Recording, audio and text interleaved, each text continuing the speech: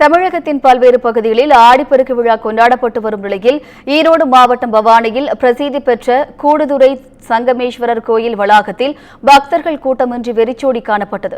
கூடுதல் விவரங்களை செய்தியாளர் மணிகண்டன் வழங்க கேட்கலாம். வணக்கம் மணிகண்டன், கூடுதல் விவரங்கள் என்ன பதிவு பண்ணுங்க. நிச்சயமாக வினிதா, ஈரோடு மாவட்டம் பவானியில் காவிரி, பவானி மற்றும் கண்ணுக்கு புலம்படாத அமிர்த நதி ஆகிய 3 நதிகளும் சங்கமிக்கும் இடத்தில் கூடுதுறை சங்கமேஸ்வரர் கோயில் அமைந்துள்ளது. மிகவும் சிறப்புமிக்க புண்ணிய ஸ்தலங்களில் ஒன்றான இந்த கோவிலுக்கு ஆடிப்பெருக்கு தினத்தை முன்னிட்டு பல்வேறு மாவட்டங்களில் இருந்து ஏராளமான பக்தர்கள் வருகை புரிந்து ஆற்றில் புனித நீராடி வழிபாடுகளில் ஈடுபடுவது வழக்கம்.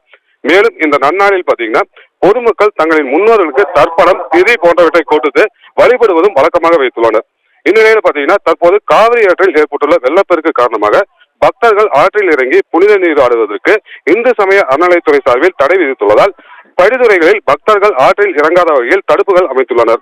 இதன் காரணமாக பவானி கூடுதலுக்கு வழக்கத்தை விட இந்த ஆண்டு குறைந்த அளவிலான பக்தர்களே வருகை தந்துள்ளதால் கோவில் வளாகம் வெறிச்சோடி காணப்படுகிறது.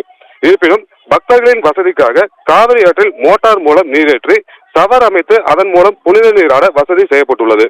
மேலும் காவல்துறையினரும் தீயணைப்பு துறையினரும் பாதுகாப்பு பணியில் ஈடுபட்டுள்ளதோடு கோவில் வளாகம் முழுவதும் கூடுதலாக சிசிடிவி கேமராக்கள் பொருத்தப்பட்டு கண்காணிக்கப்பட்டு வருகிறது. வினிதா, கூடுதல் விவரங்களுக்கு நன்றி மணிகண்டன்.